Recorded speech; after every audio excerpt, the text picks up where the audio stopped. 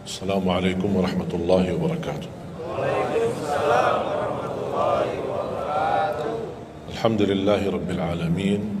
Asyhadu an la ilaha illallah wahdahu la syarika lah, waliyus salihin, wa asyhadu anna sayyidana wa nabiyyana Muhammadan abduhu wa rasuluh as-sadiqul amin. Allahumma salli wa sallim wa barik ala sayyidina Muhammad wa ala alihi wa sahbihi wa man tabi'ahum bi ihsanin ila yaumiddin. Subhanaka la ilma lana illa ma 'allamtana innaka antal alimul hakim. Para hadirin, kaum muslimin muslimat, mukminin mukminat, semoga senantiasa dimuliakan dan diberkahi Allah Subhanahu wa taala. Dalam kesempatan yang singkat ini, saya ingin mengingatkan beberapa amalan. Menurut saya amalan ini rata-rata sudah ditahu oleh orang dan hafal, tapi cukup banyak yang melalaikan, tidak menyadari amalan yang sederhana ini dianugerahkan oleh Allah dengan pahala yang amat-amat besar. Yang pertama, bacaan Al-Quran. Banyak orang yang malas membaca karena tidak bisa baca, atau alasan tidak mengerti artinya. Daripada saya baca tak faham artinya, mendingan tak usah baca. Itu bisikan syaitan. Yang membisiki seperti ini adalah syaitan. Buat apa kamu baca? Kan kamu tak faham. Mendingan tak usah baca, supaya kita meninggalkan bacaan Al-Quran. Sedangkan dijanjikan oleh Allah SWT dan juga Rasulullah SAW, setiap satu huruf 10 kebaikan, bukan setiap amal. Semua hitungannya dengan amal. Salat 5 waktu dapat pahala 50, salat duha dapat pahalanya, salat qiyamul lail ada pahalanya, sunnah fajar sebelum azan, sudah azan sebelum salat, itu pahalanya sama dengan dunia dan seisinya, seluas dunia dan seisinya. Ini sunnahnya. Kira-kira gimana yang wajib? Rasulullah SAW bersabda di hadis yang sahih, la aqulu alif lam mim harf, walakin alifun harf wa lamun harf wa mimun harf. Alif lam mim bukan satu huruf, tapi alif satu huruf, lam satu huruf, mim satu huruf. Cuba kalau kita baca setiap hari satu halaman aja, berapa kita mendapatkan nilai pahala? Hitung, silakan, bawa kalkulatornya dan hitung sendiri. Tak ada yang sia-sia di sisi Allah. Membaca Al-Quran walaupun tidak memahami isinya, tetap terhitung setiap satu huruf 10 kebaikan. Berarti anda tidak sia-sia membaca Al-Quran walaupun tidak faham. Ada orang membaca tapi berbata-bata, dia merasa salah bacaannya, keliru. Dia sudah berusaha belajar tapi itu kemampuannya. Didatangi syaitan, dibisikin, salah mulu bacaan kamu, tak benar bacaan kamu, wakaf tidak ada benar, panjang pendeknya tak benar, apalagi hukum tajwid tak benar. Bisa keliru, bisa dosa. Astagfirullah, dosa ya. Udah, terima kasih syaitan. Malah dia terima kasih lagi sama syaitan. Dibisikin, didengarin, diterima, langsung dia rubah, tidak baca. Alasannya takut dosa. Padahal ada berita gembira dari Rasulullah SAW, al-mahiru bil-Qur'ani ma'as safaratil kiramil barara. Yang mahir dalam membaca Al-Quran, nanti di hari kiamat dia bersama malaikat safara kiram barara. Terus ya Rasulullah, gimana keadaan yang berbata-bata itu? Gimana? Walladhi yatata'ta'u fi wa huwa alaihi syaq lahu ajran. Barang siapa yang membaca tapi masih berbata-bata dalam bacaannya, bukan dosa, justru 2 pahala. 1, karena dia mau baca Al-Quran. 2, karena ada berbata-bata, kesulitan dalam membaca. Allah menghargai kesulitan, Allah berikan pahala. Berarti tidak ada rugi sama Al-Quran. Semenjak saya mengambil keputusan tidak memegang HP, saya sadari betapa banyak kita rugi berjam-jam, berhari-hari, berminggu-minggu, bahkan bertahun-tahun kita jauh dari Al-Quran. Aku heran ketika mendengar ada orang yang bisa lewat 1 bulan tapi tidak khatam Al-Quran. 1 bulan, 30 hari, berarti minimal setiap hari 1 juz, dikali 30 hari 30 juz. Ada orang 1 tahun tidak khatam-khatam.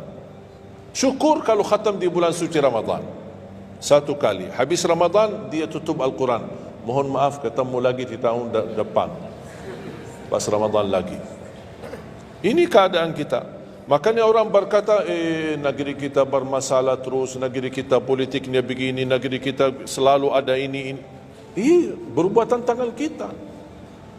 Di mana kita jauh hubungan kita sama Allah, Allah hantarkan musibah sampai kita sadar memperbaiki hubungan kita sama Allah.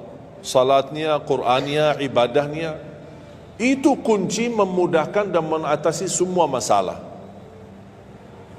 Silahkan rubahkan pemimpinnya berkali-kali, rubahkan aturan negaranya berkali-kali, tidak akan bisa terjadi kebaikan kecuali hubungan kita dari Allah Subhanahu Wa Taala.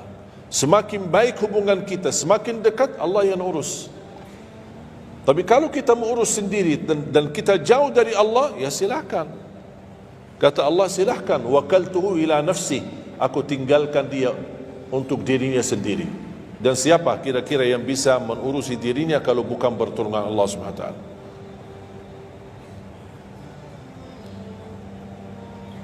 Jangankan bisa khatam Al-Quran dalam 30 hari,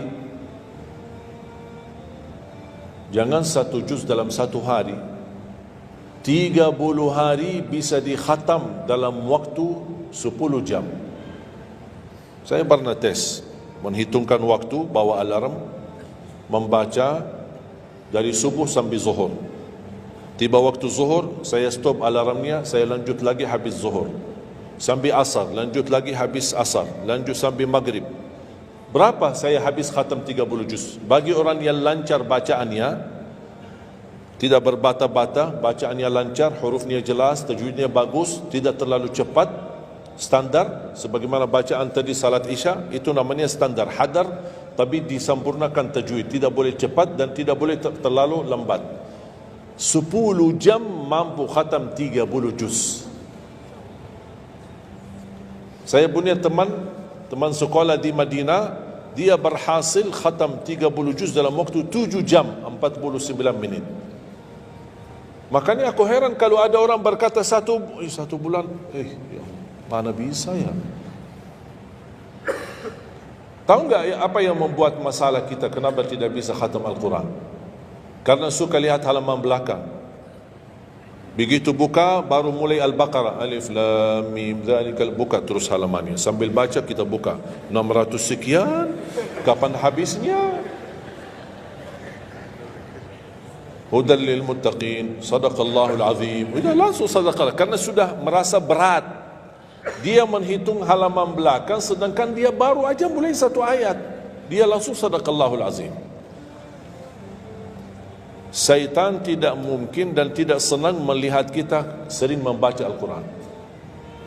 Kalau orang dulu susah baca Al-Quran wajar, karena susah menemukan Quran. Zaman sahabat cari kulit unta untuk tuliskan ayat yang Allah turunkan. Ada potongan ayat di Sayyidina Utsman, ada potongan ayat di Sayyidina Abu Bakar, ada potongan ayat di sana sini. Coba kumpulkan, susah. Makanya semuanya larinya kepada sahabat yang begitu datangnya wahyu, mereka langsung mendengar dari Rasul, langsung bisa hafal. Seperti Sayyidina Ubay bin Ka'ab radhiyallahu an, Zaid bin Thabit radhiyallahu an, Anas bin Malik radhiyallahu an, Uthman bin Affan. Jadi mereka datangin para penghafal Qurannya. Dah ada mushaf, dah ada Quran, dah ada HP bisa download Al-Quran 30 juz. Gimana? Tapi mereka tidak pernah tinggalkan Al-Quran. Bahkan ada di antara sahabat yang setiap malam tahajudnya khatam 30 juz dalam 1 tahajud. Coba bayangkan, kira-kira alasan kita apa? Quran sudah di mana-mana, dan segala terjemahan, warna-warni, tajwid, semua ada. Yang bagus, yang besar. Maaf, mata saya ada yang besar, ada segede meja ini, ada. Susah menemukan, alhamdulillah HP bisa sekarang isinya 30 juz, bisa dibawa kemana-mana, tak usah pusing mencari Al-Quran. Semua kemudahan, semestinya kita mampu mengalahkan sahabat Rasul. Karena kita semua fasilitas ada. Apa yang kita mau bilang sama Allah? Ada seorang, mungkin Bapak Ibu pernah nonton di acara Hafiz Indonesia, namanya Kaila, buta. Dia setiap hari, saya tanya, kamu berapa murajaah bacaan Quran setiap hari? 5-7 juz. Buta, 5-7 juz. Saya kaget, gak panyakan, kan kasihan kamu. Dan kebetulan kamu sudah punya uzur. Kalau tidak baca Al-Quran sama sekali, ana yakin Allah maafkan. Buta, dah bisa. Tahu nggak jawabannya apa? Saya malu sama Allah menjadikan buta saya alasan tidak baca Quran. Ini anak usia 7 tahun. Malu sama Allah menjadikan buta, padahal ini ujian. Butanya dari Allah, bukan dari dirinya. Tapi dia malu menjadikan buta itu alasan tidak baca Quran. Pertanyaan saya, alasan antum apa? Apa alasan? Sibuk. Belum ada waktu. Ya, saya maklum, belum ada waktu. Memang dunia ini bikin stres. Makanya tidak ada waktu. Saya nasihatkan mulai hari ini, jangan kasih Al-Quran sisa waktumu. Dalam istilah, kalau ada sisa waktu, insya Allah saya baca Quran.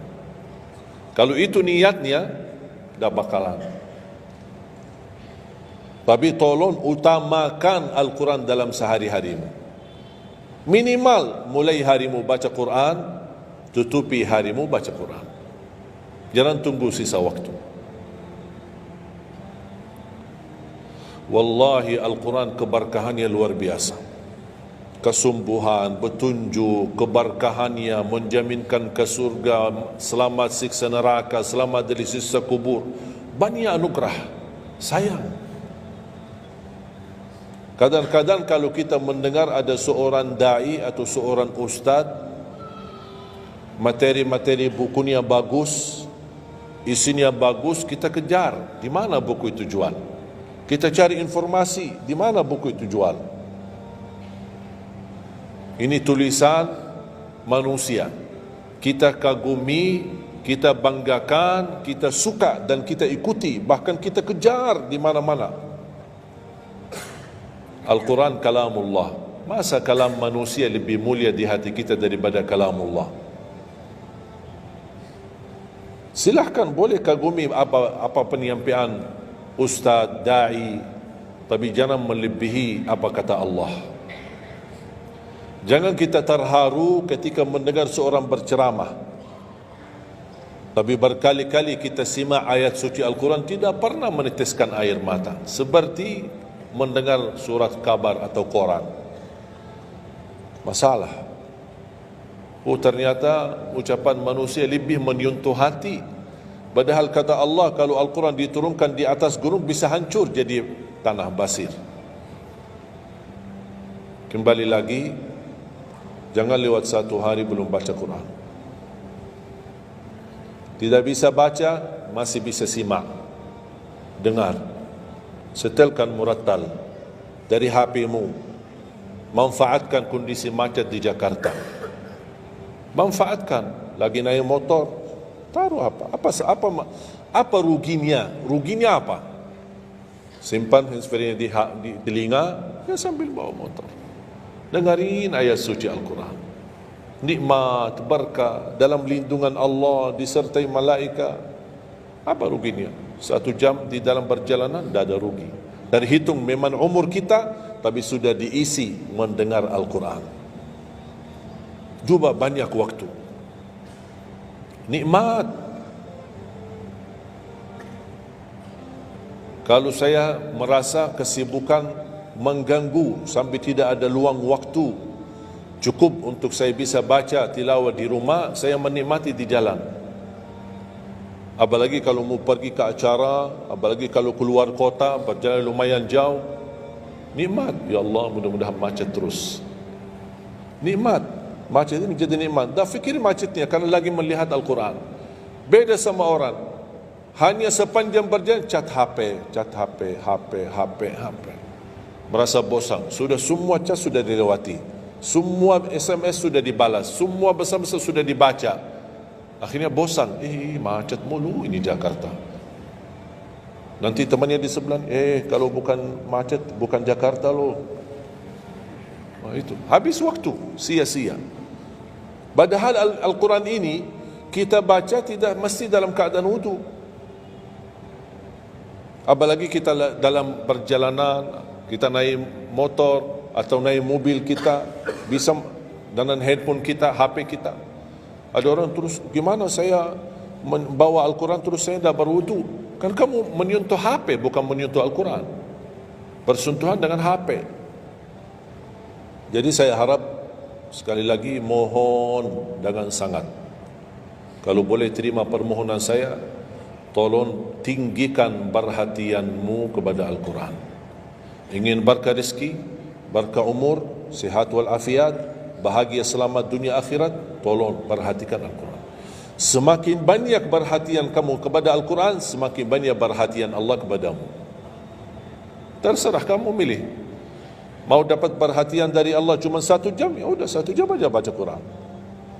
Mau perhatian dari Allah selalu, udah selalu bersama Al-Quran. Karena ini Quran kalamullah, bukan makhluk, bukan diciptakan, diturunkan.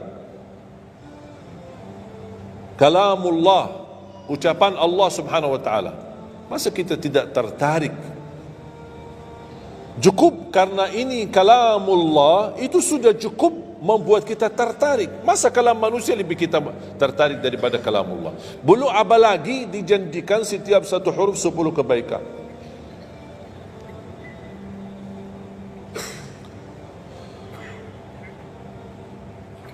Kira-kira siap? Minimal mulai harimu baca Quran, tutupi harimu baca Quran. Habis bangun, sebelum beraktivitas baca. Baca apa? Bebas. Boleh enggak saya baca sambil khatam tapi saya tidak faham isinya? Boleh. Tetap dapat pahala setiap satu huruf 10 kebaikan. Baca sampai mempelajari isi maknanya, memahami maknanya, lebih besar lagi pahalanya. Membaca, memahami, menhayati lagi, lebih besar lagi pahalanya. Membaca, memahami, menhayati, menamalkan, lebih besar lagi. Kalau tidak bisa meraih semua pahala itu, ya paling minimal pahala bacaan. Kalau saya tidak dapat meraih pahala menhayati, pahala memahami, pahala menamalkan, apalagi saya orang awam tidak begitu mengerti apa yang semestinya saya amalkan, la yukallifullahu nafsan illa wus'aha. Amalkan sesuai kemampuan. Ada pelajaran ayat yang dibacakan tadi, kita bisa ambil maknanya, kita mengambil kesimpulannya. Jangan kita menjadi seperti golongan yang datang hari kiamat malah minta tolong diselamatkan oleh Allah dari neraka. Kalau di hari kiamat tidak bisa saling menolong, tidak bisa. Sekarang kita masih bisa saling membantu dan saling menolong. Dan di antaranya menolong diri sendiri. Jangan menunggu di hari kiamat. Jangan kita bisa menolong, tolong menolong. Di hari kiamat orang tua tidak bisa menolong anaknya. Anaknya pun larikan diri daripada orang tua. Tidak ada yang mau kenal. Cuba baca akhir surat Abasa. Yauma yafirrul mar'u min akhih. Di hari itu kakak adik melarikan dirinya dari saudaranya. Wa ummihi wa abi, melarikan diri pada bapaknya dan ibunya. Biasanya kalau kita ketemu orang tua kita senang, bertemu, mohon doanya. Apalagi yang orang-orang yang tinggi berbakti baik sama orang tuanya, kalau di hari kiamat mau sendiri-sendiri. Jangan kita yang melarikan diri sendiri. Para Nabi dan Rasul semuanya doanya salim salim, ya Allah selamatkan, ya Allah selamatkan.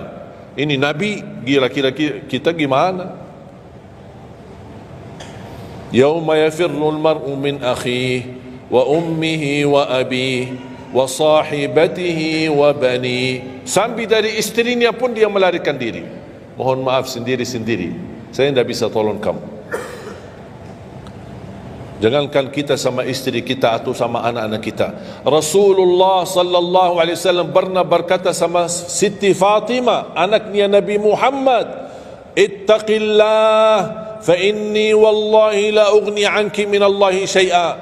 Hei anakku Fatimah, bertakwalah kepada Allah, karena aku tidak bisa membantu kamu nanti di kemudian hari.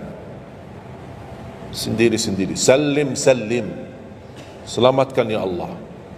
Ini kesempatan. Sebelum kita menjadi na'udzubillah salah alamat daripada ke surga menjadi ke neraka, kita sekarang perbaiki kemana arahan kita, kemana jalan kita. Kita yang milih, tidak ada yang memaksa. Taat, Allah hanya menyuruh kita taat, tapi Allah tidak pernah maksa. Kira-kira kalau tidak salat dapat pukulan? Dapat pukulan? Ada yang memukul kita? Ada yang melemparkan kita dalam batu sampai bata kepala kita? Ada? Tidak ada. Taat, Allah menyuruh taat, tapi Allah tidak pernah maksa. Sama juga syaitan menyuruh kita dosa maksiat, tapi syaitan tidak pernah maksa kita. Sebagaimana ayat tadi dibacakan, ayat surah Ibrahim ayat 22, syaitan berkata, aku tidak punya kuasa di atas kalian, tapi aku hanya menyuruh kalian terlalu cepat taati. Kata syaitan, terlalu cepat respon, aku hanya menyuruh. Da'autukum fastajabtum li. Makanya sekarang jangan menyalahkan, saya tidak bisa bantu kalian, dan kalian pun tidak bisa bantu aku. Kita dua-duanya dijerumuskan dalam neraka, na'udzubillah dzalik. Oleh karena itu, jemaah sekalian, kesempatan, mumpun masih kita umur, masih punya kesehatan, manfaatkan. Karena akan datang satu saat, sekarang bukan masalah umur, masalah sehat. Tiba-tiba bisa sakit, virus di mana-mana. Kemarin saya punya saudara saya baik-baik aja, tidur bangun sakit, sampai matanya, mukanya macam sakit. Tiba-tiba tak bisa berbicara baik-baik, tak bisa baca Al-Quran dengan baik, tak bisa salat dengan baik. Ini kan mengganggu. Makanya Rasul mengingatkan, ketika anda sehat dan masih punya umur, jangan sia-siakan, karena akan datang satu saat anda tidak sehat dan tidak bisa maksimal ibadah. Selama anda masih bisa dan mampu maksimal ibadah, manfaatkan, jangan dirugikan. Akan datang satu saat anda tidak bisa. Saat anda berdiri, manfaatkan salatmu saat berdiri. Besok akan datang satu saat anda tidak bisa berdiri. Bahkan ada orang yang ingin sekali sujud, tapi dia bisa karena sakit lutut, dia tidak bisa lipatkan kakinya, tidak bisa sujud. Betapa banyak orang yang merugi ketika dia sehat, dia tidak memanfaatkan dan menikmati ibadahnya. Yang kedua, doa azan. Setiap hari kita mendengar azan 5 kali. Sayang sekali banyak yang sibuk dengan handphonenya. Azan ini panggilan Allah.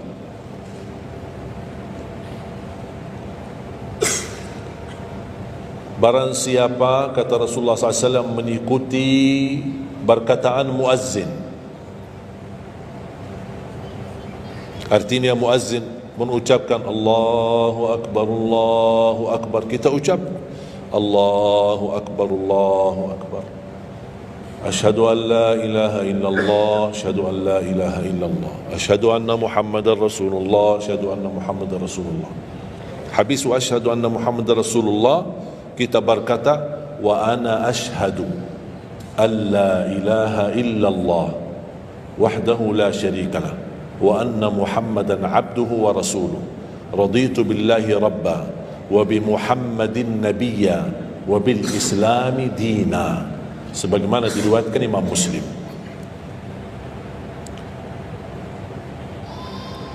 Hayya 'alas salah, kita jawab la haula wala quwwata illa billah. Apa hikmahnya di sini la haula wala quwwata illa billah? Ya Allah, kami tidak punya daya dan kekuatan untuk menghadiri panggilan-Mu kecuali dengan pertolongan-Mu ya Allah. Karena hayya 'alas salah butuh gerak, bergerak, datang. Hayya 'alas salah, panggilan, hey mari salat.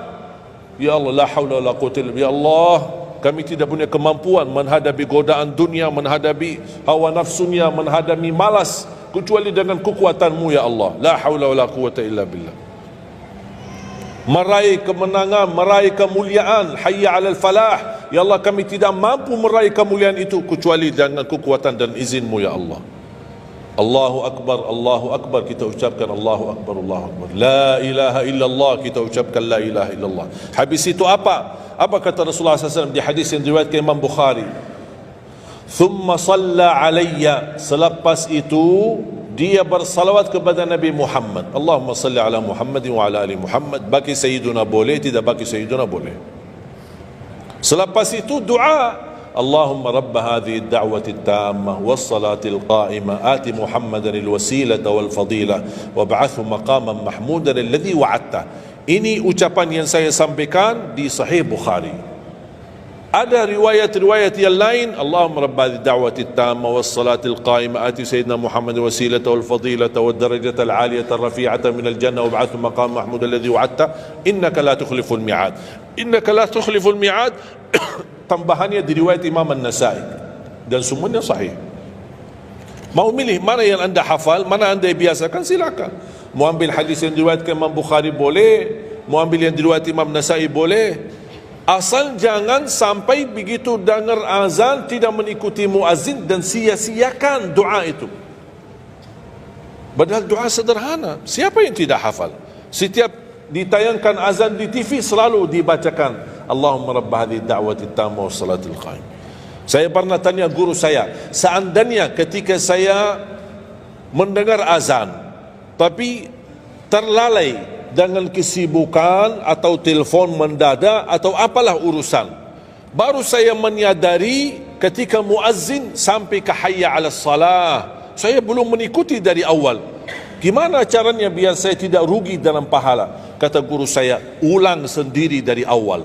Allahu Akbar, Allahu Akbar, Allahu Akbar, Allahu Akbar. Asyhadu an la ilaha illallah, asyhadu an la ilaha illallah, asyhadu anna Muhammadar Rasulullah. Sampai mendapat mengikuti muazzin dalam sisa azannya.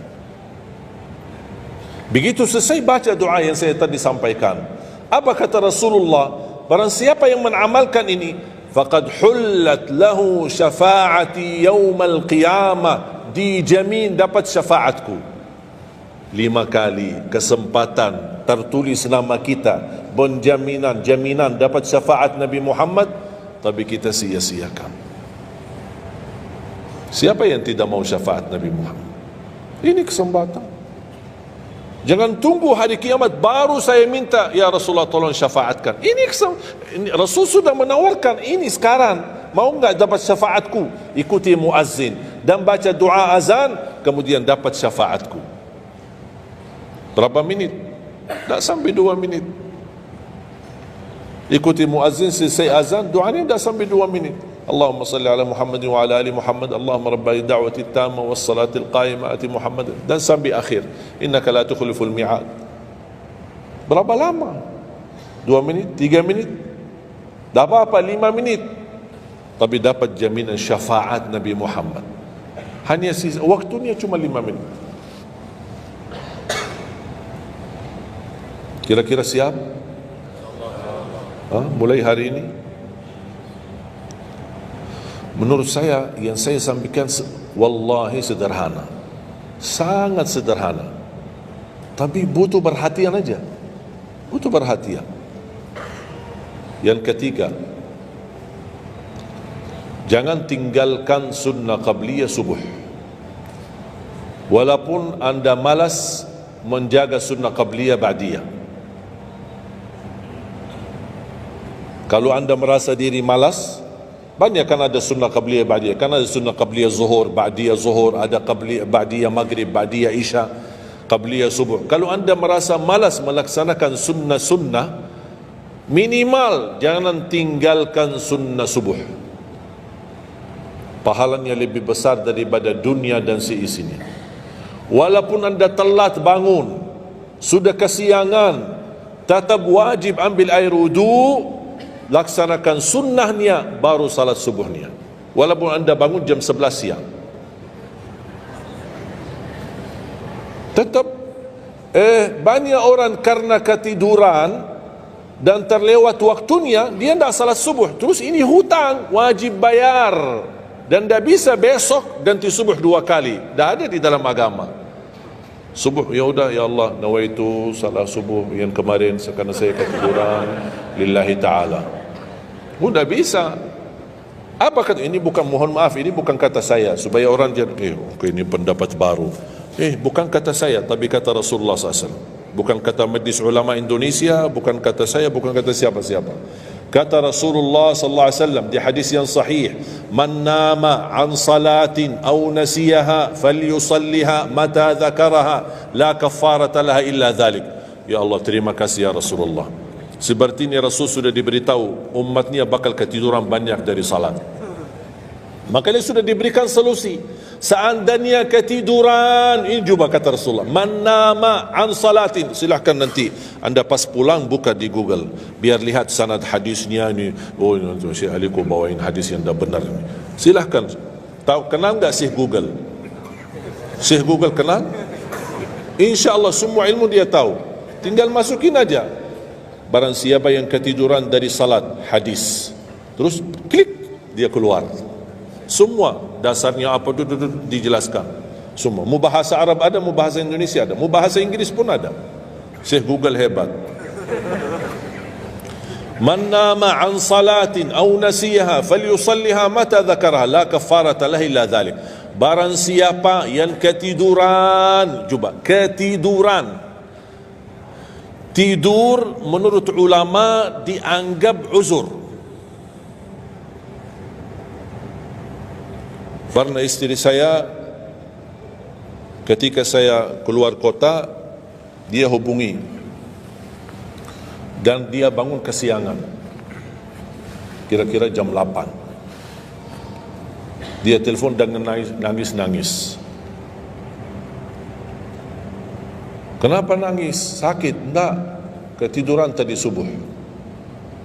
Ya udah, ambil air wudu, salat subuh. Rasulullah aja pernah ketiduran dari salat subuh.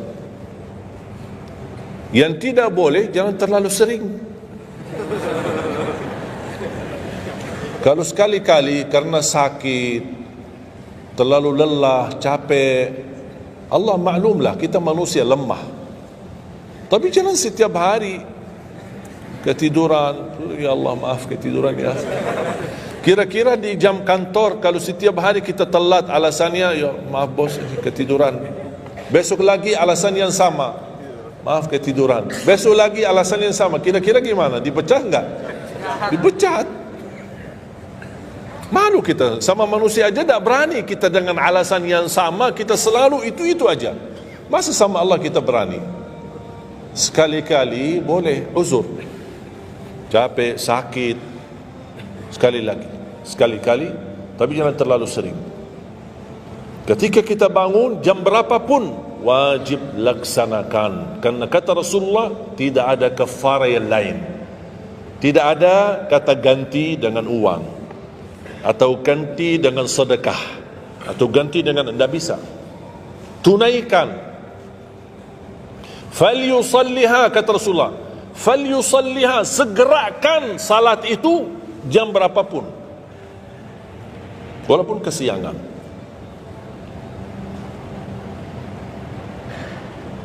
Jelas? Sering ya ketiduran ya? Uzur. Saya juga berapa kali ketiduran. Bukan berarti saya tidak pernah ketiduran, berapa kali.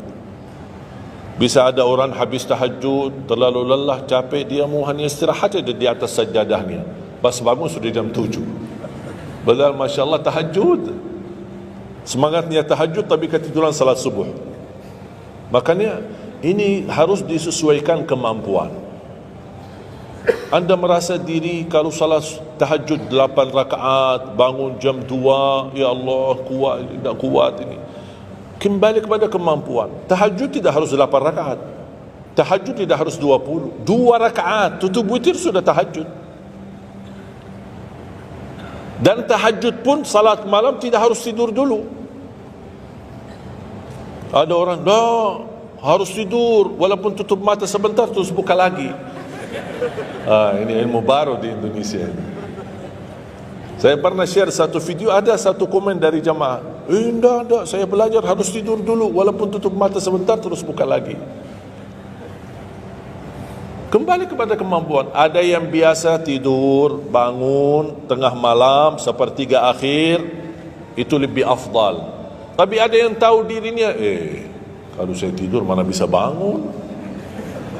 Udah, mendingan daripada tidak ada tahajud malam itu, mendingan kita salat. Dan ini bukan kata saya, dan bukan kata ulama, tapi kata Rasulullah sallallahu alaihi wasallam. Sebagaimana di hadis yang sahih kata Abu Hurairah radhiyallahu an, pernah Rasulullah menwasiatkan aku jaga witir sebelum tidur. Berarti Rasul mengizinkan kita melaksanakan ibadah salat malam, di antaranya witir sebelum tidur. Umar bin Khattab radhiyallahu anhu punya kebiasaan witir sebelum tidur. Ditanya, kenapa witir sebelum tidur? Dia kata, saya takut meninggal dunia dalam keadaan tidur, belum tertulis nama saya sebagai ahli witir. Saya punya kebiasaan, habis pulang ke rumah, sebelum tidur ambil air wudu, salat 2 rakaat sunnah wudu, kemudian salat 2 rakaat muqaddimah witir, kemudian 1 rakaat witir, baru saya tidur. Kalau dapat bangun lagi, alhamdulillah bisa tahajud, tapi tidak boleh witir lagi karena sudah witir duluan. Sudah faham? Sederhana enggak Islam ini? Sederhana. Banyak orang yang berkeinginan tahajud, berkeinginan salat witir, tapi katanya harus tidur. Saya orangnya berat tidur. Kalau saya tidur mana bangun lagi? Udah, kesempatan bisa anda laksanakan sebelum tidur. Ada orang yang memang tidurnya aja akhir, jam 12, jam 1 baru dia bisa tidur. Ya mendingan daripada tidak salat malam sama sekali, mendingan salat dulu baru tidur. Dapat bangun, alhamdulillah. Tidak dapat bangun, sudah tertulis namamu, sudah salat, sudah ahli witir. Inna Allaha witir, yuhibbul witir, fa'autiru. Allah maha witir, Allah maha witir, Allah cinta witir, jagalah witir. Dan ini termasuk 2 sunnah yang Rasul tidak pernah tinggalkan, sunnah subuh sama sunnah witir. Sakit, sehat, mukim, di dalam kota, musafir, keluar kota, perang, aman, damai, tetap tidak pernah tinggalkan 2 sunnah itu, sunnah subuh sama sunnah witir. Itu kebiasaan Rasulullah SAW. Kalau anda merasa pun sakit, tidak bisa berdiri, tidak bisa qiyam, bisa anda laksanakan witir dalam kondisi duduk. Yang terakhir, ayat al-kursi.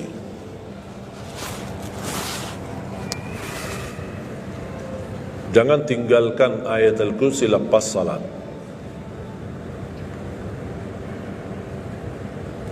Jangan tinggalkan ayat kursi lepas salat. Salat wajib. Sama ketika mau tidur, cuma 1 ayat, tapi tahu enggak pahalanya apa? Kan habis salat kan ada zikir-zikir kan? Istighfar, tasbih dan yang lain-lain. Di antaranya baca ayat kursi. Tahu enggak pahalanya apa? Ada yang pernah baca pahalanya apa? Barang siapa yang membaca ayat al-kursi setiap habis salat fardu, Laisa bainahu wa bainal jannati illa an yamut. Tidak ada sesuatu yang mampu menghalanginya masuk surga kecuali menunggu mati. Cuma baca ayat kursi. Dan ketika mau tidur, lagi buru-buru, ada meeting, ada rapat, ada urusan mendadak, habis salat, astaghfirullah, astaghfirullah, astaghfirullah, Allahumma antas salam wa minkas salam, sampai selesai langsung baca ayat kursi. Terus subhanallah itu yang lain-lain gimana? Tak apa-apa, sambil jalan naik motor, subhanallah, subhanallah, subhanallah, subhanallah, sambil jalan. Subhanallah ada riwayat 33, ada riwayat 25, ada riwayat 10, minimal 10. Subhanallah 10 kali, alhamdulillah 10 kali, Allahu Akbar 10 kali. Itu yang paling sederhana. Saya bagikan ini, biasanya kalau saya isi di kementerian atau di pejabat, saya kasih zikir-zikir begitu. Pak, subhanallah cuma 10 kali. Biasanya kita tahu 33. Lah, ini khusus buat pejabat. Yang penting zikir, supaya jangan tinggalkan. Zikir. Banyak orang sibuk, mendadak ada urusan, udah zikir. Subhanallah cuma 10 kali. Subhanallah 10 kali, alhamdulillah 10 kali, Allahu Akbar 10 kali. Itu paling cepat. Subhanallah. Ternyata di dalam agama ada yang juga hemat. Hemat sederhana tapi pahalanya tetap besar. Dan dikuranin. Tidak ada pahala yang hemat. Semuanya pahala sempurna. Semuanya pahala agung. Sempurna dan luar biasa dahsyat balasan Allah Subhanahu wa taala. Makanya jangan disia-siakan. Yang sederhana ini, makanya saya buat buku 20 amalan ringan tapi pahalanya sangat menakjubkan. Karena selama saya di Indonesia, saya sudah tahu prinsip orang Indonesia. Orang Indonesia tidak suka yang ribet-ribet. Yang ribet-ribet tidak suka. Yang susah-susah tidak suka. Orang Indonesia mau mudah yang ingat, mudah dihafal, mudah diamalkan dan masuk surga. Itu orang Indonesia. Ya, jadi yang susah-susah, iya, gimana ini suruh baca 1000 kali? Iya, mana ada waktu 1000 kali? Baca ada sudah 100 kali, udah ngantuk. Saya kasih yang sederhana. Kenapa saya kasih? Karena kemampuan beda-beda. Ada yang tekadnya tinggi, kemampuannya luar biasa dahsyat, bisa ribuan kali dia berzikir, ya silakan. Tidak ada yang melarang kita berzikir, bebas berapapun. Tapi ada yang malas. Udah. Jadi alhamdulillah di dalam ajaran Islam kita ada malas ya, ini pilihan malas. Makanya saya bikin 20 amalan, dan ini buku 20 amalan ringan, pahalanya sangat menakjubkan. Pahalanya sangat besar walaupun amalannya ringan, mudah, sederhana. Dan buku ini hanya laku di Indonesia, tidak laku di Arab. Karena cocok dengan budaya Indonesia, saya sudah hafal. Sama dengan bacaan. Mohon maaf tadi kepanjangan insya. Pas begitu saya ingat merindukan kota Madinah, suasana Madinah. Pas di rakaat yang kedua, ya Allah, ini saya di Indonesia ini. Makanya saya tidak jadi panjang rakaat kedua, biar lebih cepat. Karena memang budaya ini tidak bisa panjang-panjang, lama-lama tidak bisa. Kalau kulhu bisa dibagi 2, terima kasih. Kita lihat tarawih kan salah satu contoh tarawih. Walaupun 23 rakaat jumlahnya banyak, tapi ayatnya pendek. Al-hakum qul al-asr qul huwal humazah qul huwa, itu ya kan. Ini budaya. Kita kan hormati budaya, harus belajar. Walaupun ada sekarang ada beberapa masjid yang panjang, ya kembali kepada kemampuan, tapi tidak boleh saling menyalahkan. Ada orang yang suka, enggak, saya mau yang qul qul, ya udah sana. Masih qul di sana, masih kita beda.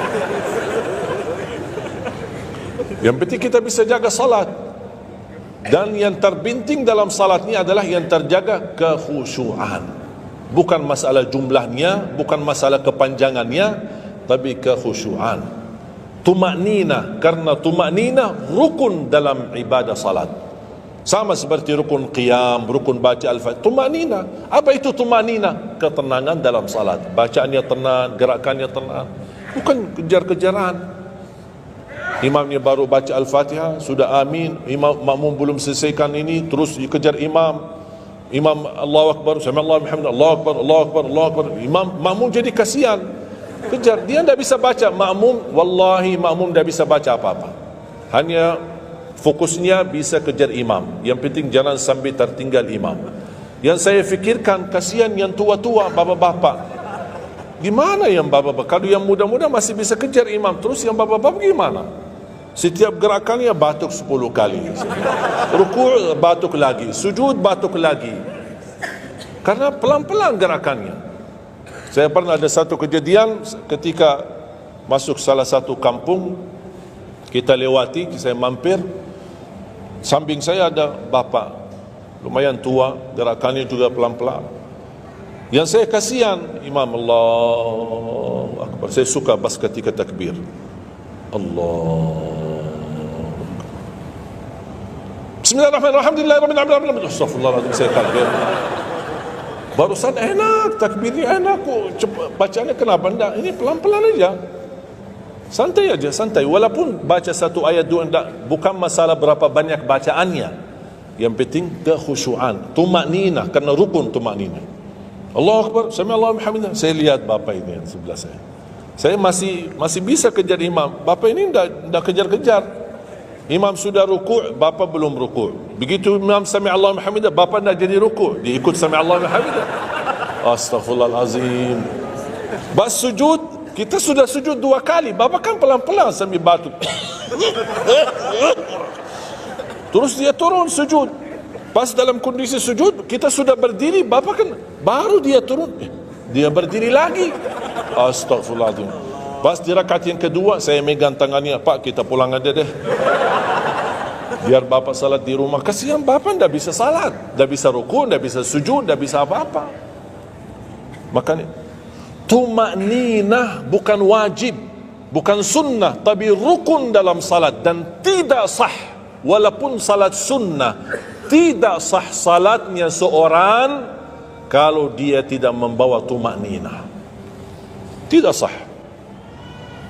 Disyiarkan, disyarekan, diviralkan, dia bilang ada 23 rakaat 7 minit. Menurut saya tidak usah panjang lebar dibahas. Tidak sah, sudah selesai. Karena meninggalkan, sama dengan orang salat tapi tidak baca Al-Fatihah. Kira-kira sah tidak? Tidak sah. Gimana kira-kira bacaan Al-Fatihah? Oleh kerana itu jemaah sekalian, mari kita sama-sama, apalagi tidak lama lagi kita menyambut bulan suci Ramadan. Saya harap kita mencintai budaya kita, mencintai negeri kita, tapi harus hal yang perlu diluruskan, harus diluruskan. Apalagi yang terkait ibadah salat, tarawih. Tidak masalah masjid 11 rakaat, ada masjid 23 rakaat, jangan ribut. Tidak masalah. Yang mau 11 silahkan, yang mau 23 silahkan. Yang penting kita bisa melaksanakan salat dengan baik. Apalagi alhamdulillah sudah sekarang muncul banyak para imam-imam, pemuda-pemuda yang bacaannya merdu, yang bacaannya indah. Kita bisa menikmati suasana bulan suci Ramadan. Bacaannya tidak mesti panjang-panjang. Walaupun rata-rata di Indonesia jarang kita menemukan masjid yang khatam. Dulu saya ingat waktu saya masih di Lombok, kita ingat salat tarawih khatam 30 juz, dan salat tahajud di 10 malam terakhir khatam lagi 30 juz. 2 kali kita khatam dalam 1 bulan Ramadan. Tapi ini karena permintaan dari lingkungan dan jamaah. Kalau tidak ada permintaan susah. Apalagi orang baru datang. Saya sering memperhatikan orang baru datang kayaknya salah masuk masjid. Pas begitu melihat imamnya kepanjangan, ini masjid apaan ini, mundur ke belakang. Pernah saya pas ketika lihat ada makmum mundur, saya baru masuk. Bapak mau kemana? Mau ambil wudu lagi. Pas habis salat saya tarik kanan kiri, tidak ada. Ternyata ambil wudu di rumahnya. Jadi karena tidak semua bisa, makanya tidak boleh kita saling menyalahkan, tapi kita harus saling mengingatkan. Saling mengingatkan. Mari kita sama-sama menjaga ibadah yang benar. Mari kita sama-sama menjaga ibadah yang khusyuk, ibadah yang tumakninah. Mudah-mudahan amalan-amalan yang saya sampaikan tadi, mudah-mudahan bisa diingat, bisa dihafal dan mudah diamalkan. Masih ingat kan? Atau perlu saya ulang? Amalan pertama, Quran. Minimal mulai harimu baca Quran, tutupi harimu baca Quran. Yang kedua, ikuti muazzin. Sama juga disertai doa azan, karena jaminan dapat syafaat Nabi Muhammad SAW. Yang ketiga, jangan tinggalkan qabliyah subuh sesudah azan. Walaupun anda bangun telat, melaksanakan salat subuhnya tetap didahulukan dengan salat sunnahnya. Terus yang keempat, Witir. Witir. Jangan lewat satu malam belum witir. Walaupun anda bisa laksanakan witir habis salat sunnah ba'diyah Isya atau sebelum tidur anda di rumah bisa laksanakan witirnya. Terus yang yang keenam, ayat kursi setiap habis salat fardu. Mudah-mudahan insyaAllah amalan ini yang sederhana mudah-mudahan bisa kita jaga. Walaupun sederhana, tapi saya yakin akan membantu menjadikan banyak perubahan dalam kehidupan kita. Akan bertambah keberkahan, ketenangan. Kita akan merasa jauh lebih sejuk, bahkan jauh lebih nikmat untuk kita beribadah. Baru saya ingat satu hal, sedekah. Kalau bisa, sedekah subuh. Pengalaman saya, dari semua pelajaran yang saya pelajari, saya menemukan sedekah semua waktu baik. Jumat, waktu majlis ilmu, habis majlis ilmu, semua sedekah itu baik. Tapi saya menemukan sedekah subuh itu yang paling baik, yang paling dahsyat, yang paling cepat terkabul hajat kita. Kenapa sedekah subuh dahsyat? Karena setiap waktu subuh Allah turunkan malaikat, tugasnya cuma satu, mendoakan orang yang berinfak di subuh hari. Tidak usah payah dan susah cari orang miskin subuh hari. Mulai malam ini anda sediakan kota amal dalam rumahmu, atau anda bisa pinjam seperti kota amal ini Darut Tauhid ya, ini bisa anda pinjam atau minta sama Darut Tauhid. Anda bisa simpan di rumah. Setiap habis subuh sebelum beraktivitas isi sedekah. Yang lebih dahsyat lagi, sedekah yang disertai doa. Karena wallahi terjamin doamu terkabul dengan wasilah sedekah subuh. Sakit, ya Allah, aku mohon dengan berkat sedekah ini sembuhkan penyakitku. Kalau orang tua yang sakit, doakan orang tua. Ya Allah, dengan berkat sedekah subuh ini sembuhkan orang tua saya. Mencari jodoh, mencari kerjaan, apapun masalah yang anda hadapi, masalah hutang, masalah apapun. Orang tua sudah meninggal, ya Allah, aku mohon dengan berkat sedekah ini titipkan pahala sedekah ini untuk kedua orang tuaku. Apa saja, mau hafal Al-Quran, tapi kalau boleh saya usulkan, satu kali sedekah fokus satu hajat. Jangan sedekahnya koin tapi doanya sampai terbit matahari. Malu sama Allah. Kelamaan doanya, sampai malaikat tulis doanya, kelamaan. Banyak sekali doa. Satu kali doa, satu kali hajat, satu kali sedekah. Sesuaikan. Bukan Allah tidak bisa, Allah maha bisa menolong kita, tapi kita malu. Masa kita sedekah begitu saja tapi kita minta panjang lebar ya, tolong disesuaikan. Tapi rutin, wallahi dahsyat. Antum insyaAllah akan merasakan sedekah subuh, subhanallah. Setiap jamaah yang saya sampaikan, termasuk ada keluarga yang sudah lama menikah, tidak punya keturunan, saya memberikan amalan ini. Suami istri masing-masing mengamalkan. Isi sedekahnya, ya Allah, aku mohon dengan berkat sedekah ini karunialah kepada kami keturunan. 17 tahun mereka tidak punya keturunan. Alhamdulillah 6 bulan kemudian saya dapat berita gembira dari mereka, kabar baik, alhamdulillah istrinya positif hamil.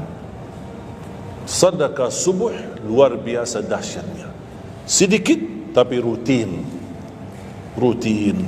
Sampai insyaAllah kita dipanggil oleh Allah, mudah-mudahan dalam keadaan husnul khatimah.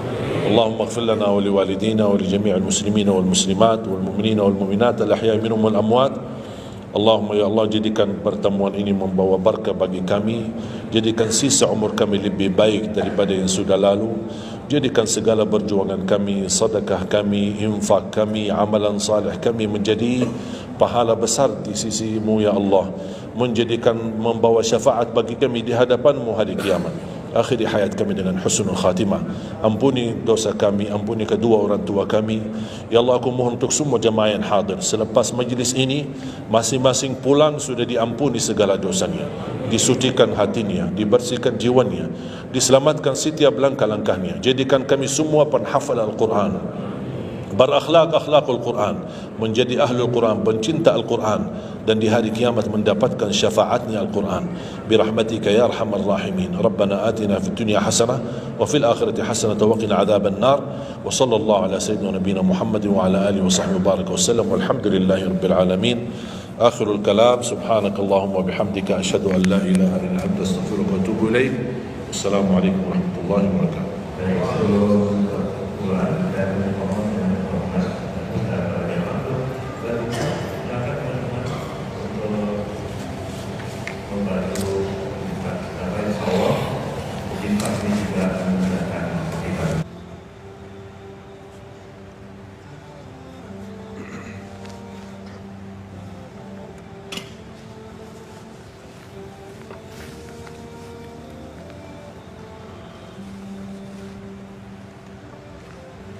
Bismillahirrahmanirrahim.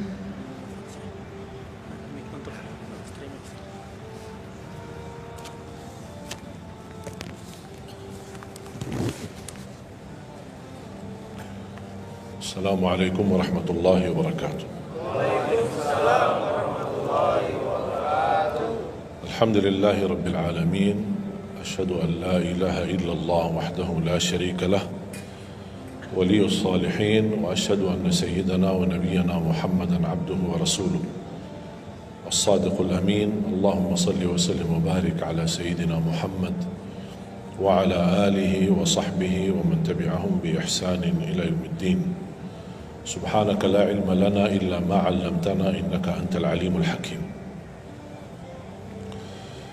Para hadirin kaum muslimin muslimat, mukminin mukminat, semoga senantiasa dimuliakan dan diberkahi Allah Subhanahu wa taala.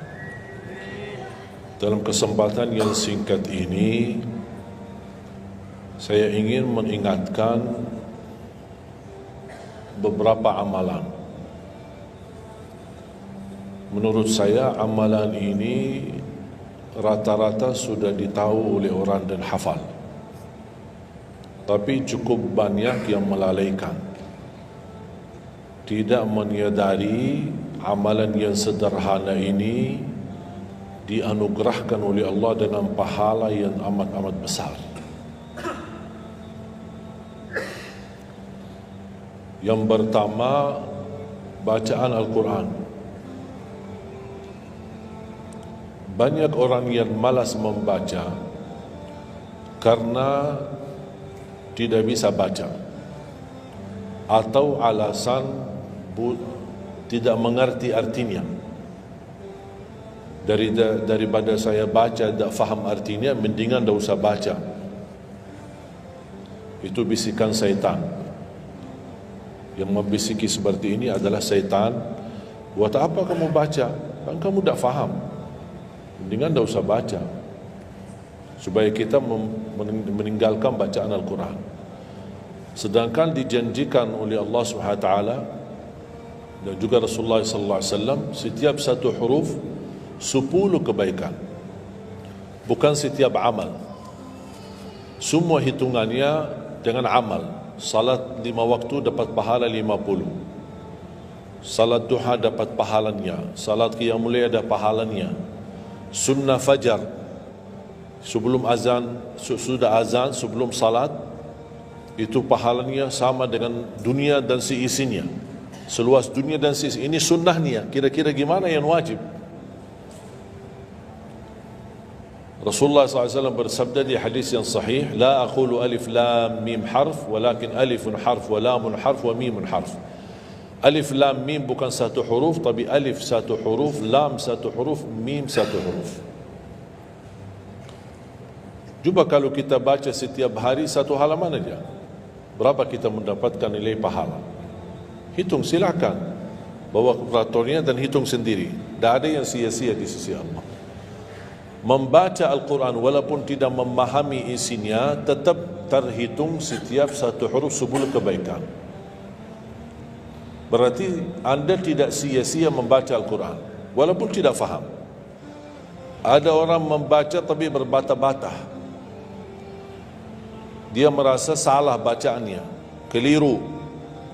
Dia sudah berusaha belajar tapi itu kemampuannya.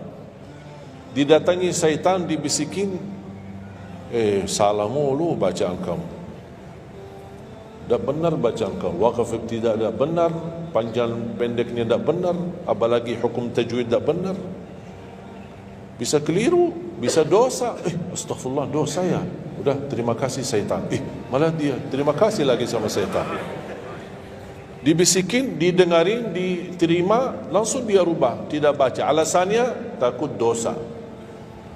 Padahal ada berita gembira dari Rasulullah SAW, al-mahiru bil-Qur'ani ma'as safaratil kiramil barara, yang mahir dalam membaca Al-Quran, nanti di hari kiamat dia bersama malaikat safara kiram barara. Terus ya Rasulullah, gimana keadaan yang berbata-bata itu, gimana? Walladhi yatata'ta'u fi wa huwa alaihi syaq lahu ajran. Barang siapa yang membaca tapi masih berbata-bata dalam bacaannya, bukan dosa, justru 2 pahala. 1 karena dia mau baca Al-Quran, kedua karena ada berbata-bata, kesulitan dalam membaca. Allah menghargai kesulitan, Allah berikan pahala. Berarti tidak ada rugi sama Al-Quran. Semenjak saya mengambil keputusan tidak memegang HP, saya sadari betapa banyak kita rugi berjam-jam, berhari-hari, berminggu-minggu, bahkan bertahun-tahun kita jauh dari Al-Quran. Aku heran ketika mendengar ada orang yang bisa lewat 1 bulan tapi tidak khatam Al-Quran. 1 bulan, 30 hari, berarti minimal setiap hari 1 juz. Dikali 30 hari 30 juz. Ada orang 1 tahun tak khatam-khatam. Syukur kalau khatam di bulan suci Ramadan 1 kali. Habis Ramadan dia tutup Al-Quran. Mohon maaf, ketemu lagi di tahun depan pas Ramadan lagi. Ini keadaan kita. Makanya orang berkata, negeri kita bermasalah terus, negeri kita politiknya begini, negeri kita selalu ada ini. Perbuatan tangan kita. Di mana kita jauh hubungan kita sama Allah, Allah hantarkan musibah sampai kita sadar memperbaiki hubungan kita sama Allah. Salatnya, Qur'annya, ibadahnya, itu kunci memudahkan dan mengatasi semua masalah. Silahkan rubahkan pemimpinnya berkali-kali, rubahkan aturan negaranya berkali-kali, tidak akan bisa terjadi kebaikan kecuali hubungan kita dari Allah Subhanahu Wa Taala. Semakin baik hubungan kita, semakin dekat, Allah yang urus. Tapi kalau kita mengurus sendiri dan kita jauh dari Allah, ya silakan. Kata Allah, silahkan. Wakaltuhu ila nafsi, aku tinggalkan dia untuk dirinya sendiri. Dan siapa kira-kira yang bisa mengurusi dirinya kalau bukan pertolongan Allah SWT?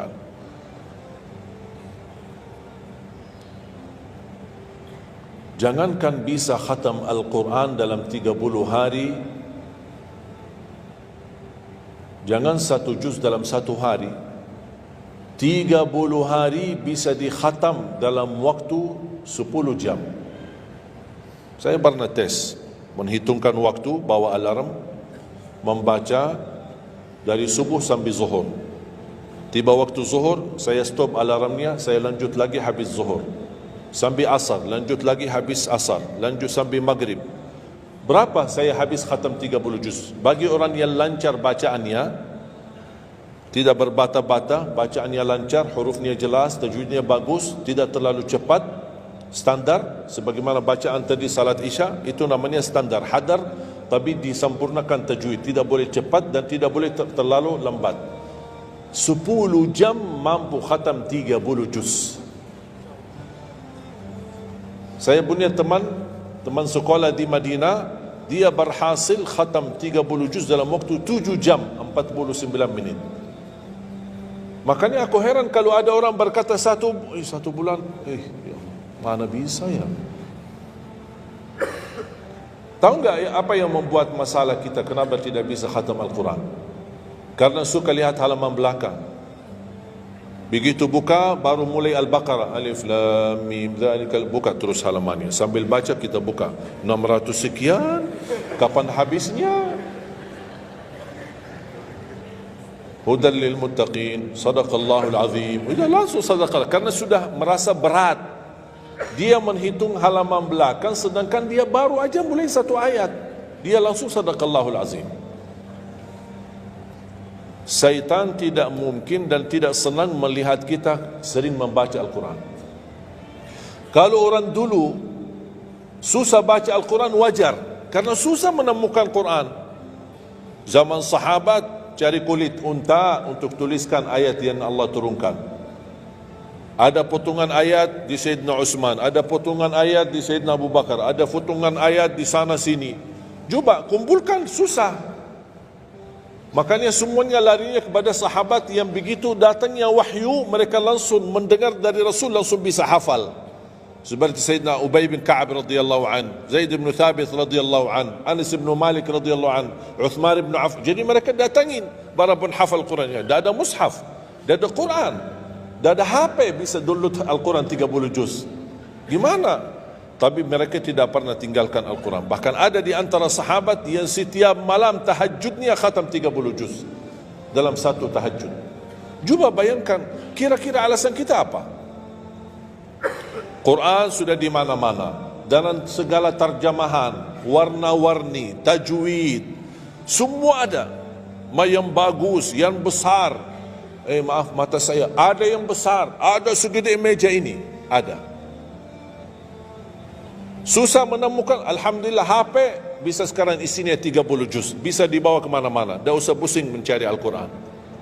Semua kemudahan, semestinya kita mampu mengalahkan sahabat Rasul, karena kita semua fasilitas ada. Apa yang kita mau bilang sama Allah? Ada seorang, mungkin Bapak Ibu pernah nonton di acara Hafiz Indonesia, namanya Kaila, buta. Dia setiap hari, saya tanya, kamu berapa murajaah bacaan Quran setiap hari?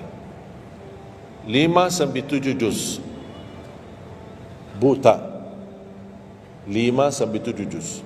Saya kaget, tak panyakan, kan kasihan kamu. Dan kebetulan kamu sudah punya uzur, kamu dah baca Al-Quran sama sekali, ana yakin Allah maafkan. Buta, dah bisa.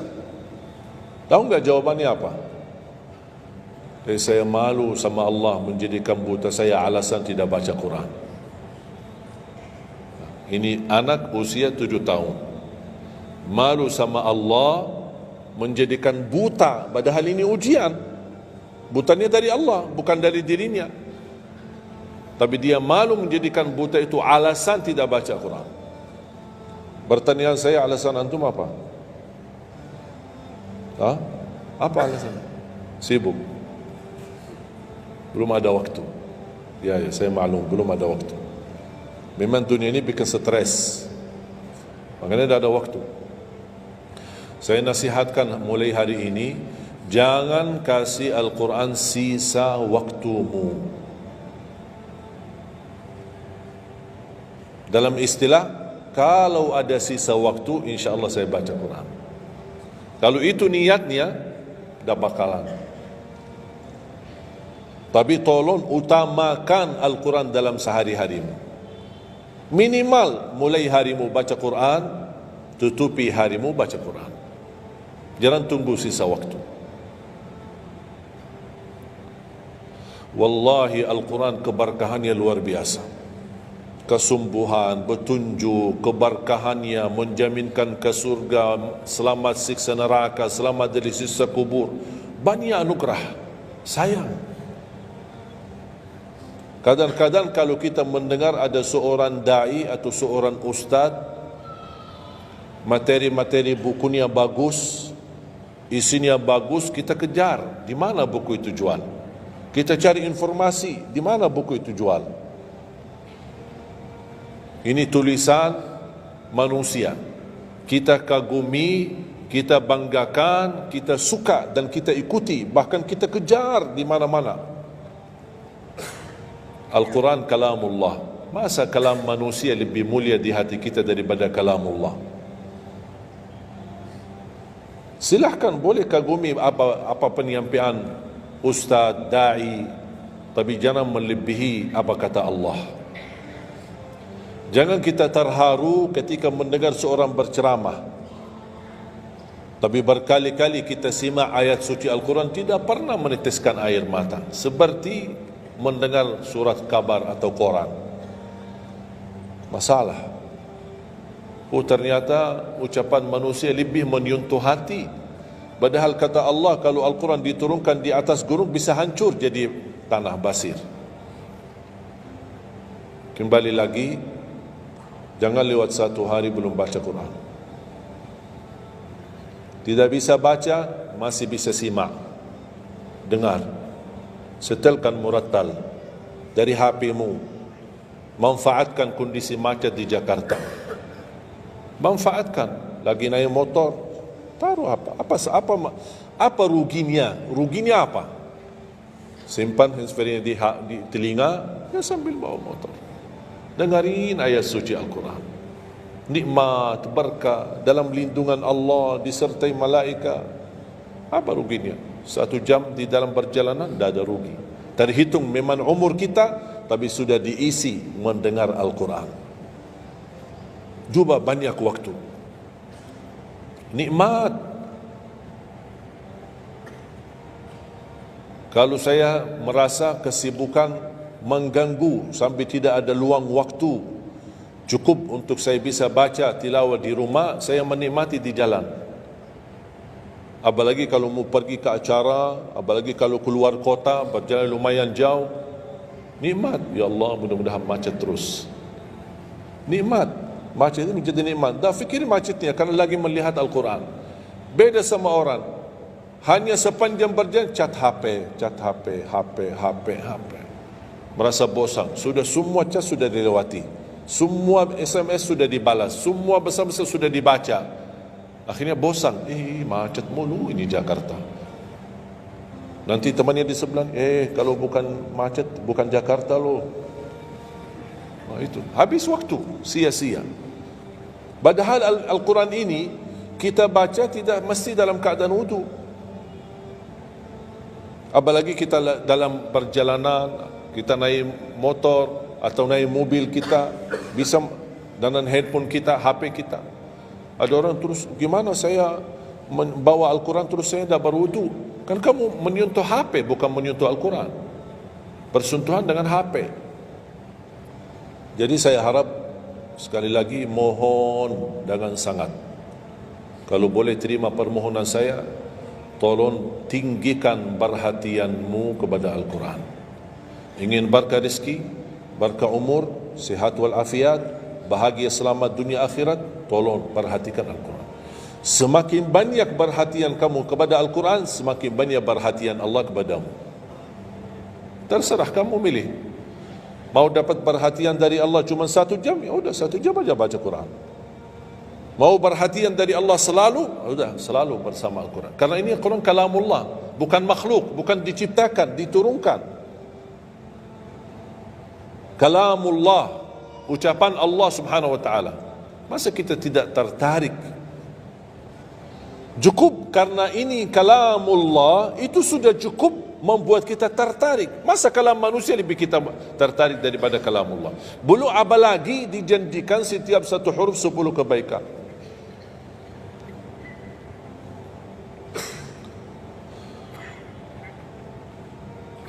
Kira-kira siap? Minimal mulai harimu baca Quran, tutupi harimu baca Quran. Habis bangun, sebelum beraktivitas baca. Baca apa? Bebas. Boleh enggak saya baca sambil khatam tapi saya tidak faham isinya? Boleh. Tetap dapat pahala setiap satu huruf 10 kebaikan. Baca sampai mempelajari isi maknanya, memahami maknanya, lebih besar lagi pahalanya.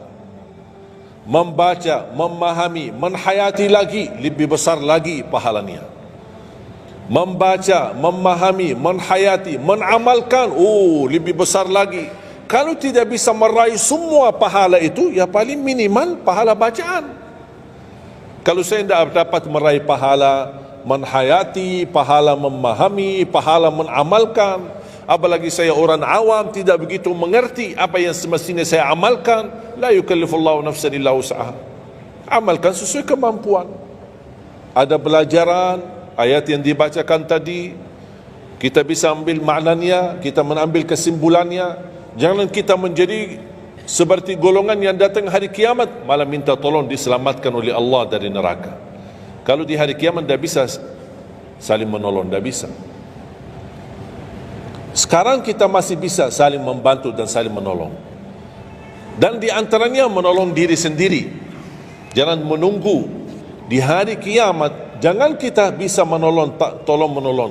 Di hari kiamat orang tua tidak bisa menolong anaknya. Anaknya pun larikan diri daripada orang tua. Tak ada yang mau kenal. Cuba baca akhir surat Abasa. Yauma yafirrul mar'u min akhihi. Di hari itu kakak adik melarikan dirinya dari saudaranya. Wa ummihi wa abi, melarikan diri pada bapaknya dan ibunya. Biasanya kalau kita ketemu orang tua, kita senang bertemu, mohon doanya. Apalagi yang orang-orang yang tinggi berbakti baik sama orang tuanya. Kalau di hari kiamat mau sendiri-sendiri. Jangan kita yang melarikan diri sendiri. Para nabi dan rasul semuanya doanya salim salim, ya Allah selamatkan, ya Allah selamatkan. Ini nabi, kira-kira kita gimana? Yauma yafirrul mar'u min akhihi wa ummihi wa abihi wa sahibatihi wa bani. Sampai dari istrinya pun dia melarikan diri. Mohon maaf, sendiri-sendiri. Saya tidak bisa tolong kamu. Jangankan kita sama istri kita atau sama anak-anak kita. Rasulullah sallallahu alaihi wasallam pernah berkata sama Siti Fatimah, anaknya Nabi Muhammad, ittaqillah fa inni wallahi la ugni anki min Allahi syai'a. Hei anakku Fatimah, bertakwalah kepada Allah, karena aku tidak bisa membantu kamu nanti di kemudian hari. Sendiri-sendiri. Salim salim. Selamatkan ya Allah. Ini kesempatan. Sebelum kita menjadi na'udzubillah salah alamat daripada ke surga menjadi ke neraka, kita sekarang perbaiki kemana arahan kita, kemana jalan kita. Kita yang milih, tidak ada yang memaksa. Taat, Allah hanya menyuruh kita taat, tapi Allah tidak pernah maksa. Kira-kira kalau tidak salat dapat pukulan? Dapat pukulan? Ada yang memukul kita? Ada yang melemparkan kita dalam batu sambil bata kepala kita? Ada? Tidak ada. Taat, Allah menyuruh taat, tapi Allah tidak pernah maksa. Sama juga syaitan, menyuruh kita dosa maksiat, tapi syaitan tidak pernah maksa kita. Sebagaimana ayat tadi dibacakan, ayat surah Ibrahim ayat 22. Syaitan berkata, aku tidak punya kuasa di atas kalian, tapi aku hanya menyuruh kalian terlalu cepat taati. Kata syaitan, terlalu cepat respon, aku hanya menyuruh. Da'autukum fastajabtum li. Makanya sekarang jangan melialahkan, saya tidak bisa bantu kalian dan kalian pun tidak bisa bantu aku. Kita dua-duanya dijerumuskan dalam neraka, na'udzubillah dzalik.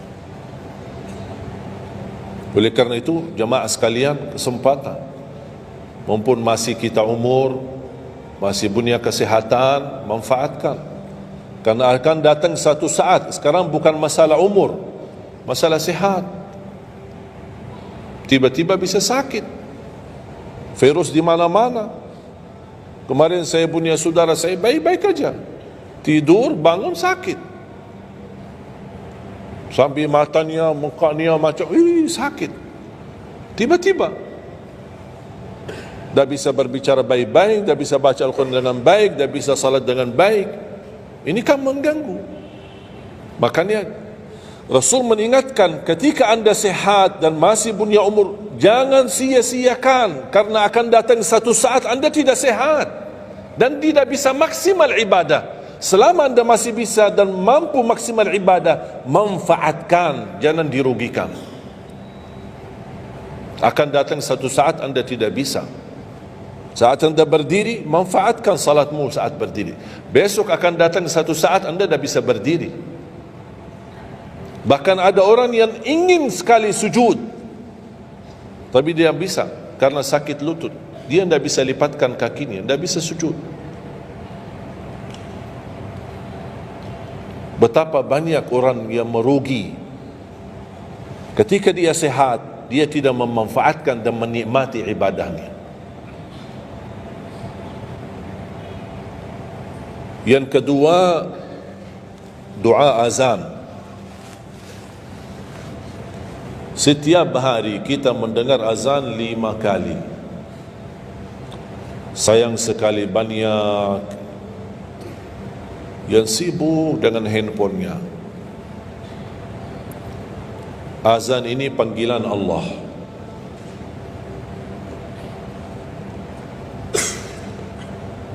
Barang siapa, kata Rasulullah SAW, mengikuti perkataan muazzin,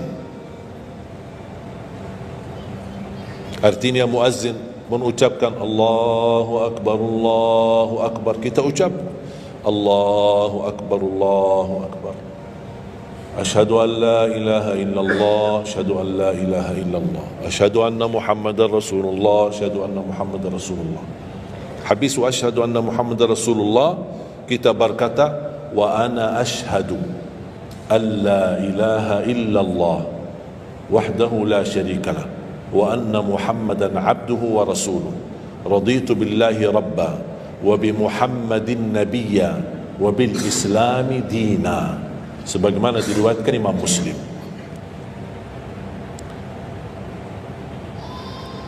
Hayya 'ala salah, kita jawab la haula wala quwwata illa billah.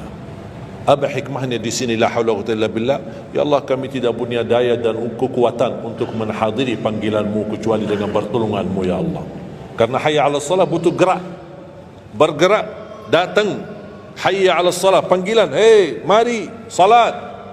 Ya Allah, la haula wala quwwata illa billah. Ya Allah, kami tidak punya kemampuan menghadapi godaan dunia, menghadapi hawa nafsunya, menghadapi malas kecuali dengan kekuatan-Mu ya Allah. La haula wala quwwata illa billah. Meraih kemenangan, meraih kemuliaan, hayya 'alal falah. Ya Allah, kami tidak mampu meraih kemuliaan itu kecuali dengan kekuatan dan izin-Mu ya Allah. Allahu Akbar, Allahu Akbar, kita ucapkan Allahu Akbar, Allahu Akbar. La ilaha illallah, kita ucapkan la ilaha illallah. Habis itu apa? Apa kata Rasulullah SAW di hadis yang diriwayatkan Imam Bukhari? Thumma salla alayya, selepas itu dia bersalawat kepada Nabi Muhammad. Allahumma salli ala Muhammadin wa ala ali Muhammad. Bagi Sayyiduna boleh, tidak bagi Sayyiduna boleh. Selepas itu doa, Allahumma rabba hadhihi ad-da'wati at-tammah was-salati al-qa'imah ati Muhammadan al-wasilata wal-fadilah wab'athhu maqaman mahmudan alladhi wa'adta. Ini ucapan yang saya sampaikan di Sahih Bukhari.